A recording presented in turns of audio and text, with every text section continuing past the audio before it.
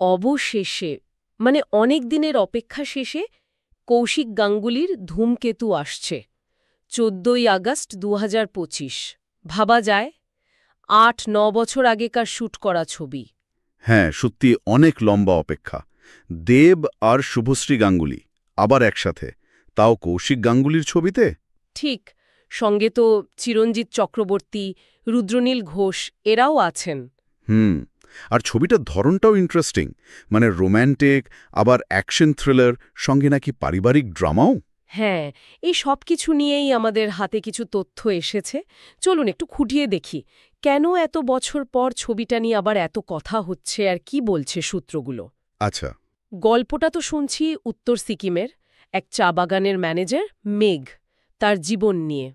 চাকরি চলে যায়, তারপর পরিবারের জন্য তার লড়াই। আর দেবের চরিত্রটা, সেটাই বোধহয় সবচেয়ে বেশি আলোচনার বিষয়, তাই না? ওই যে দ্য টেলিগ্রাফে যেমনটা বলছিল। হ্যাঁ হ্যাঁ, ৮২ বছর বয়স্ক একজন মানুষের ভূমিকায়।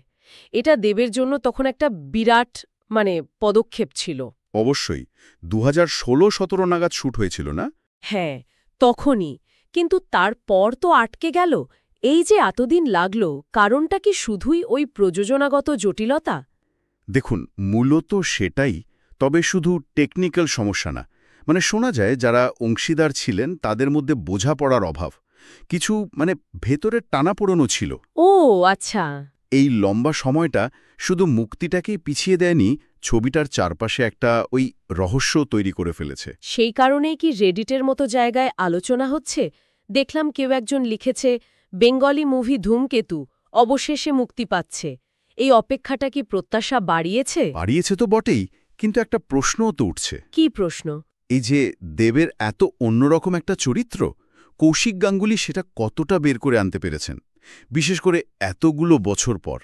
সেই সময়ের অভিনয়টা এখন কতটা কানেক্ট করবে দর্শকদের সাথে।